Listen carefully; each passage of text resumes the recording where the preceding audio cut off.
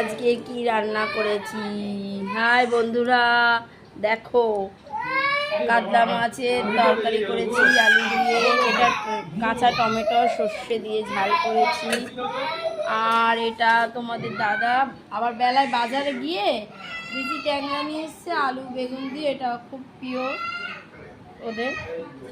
পেঁয়াজকালির সময় পেঁয়াজকালি দিয়ে করি, খুব সুন্দর লাগে খেতে।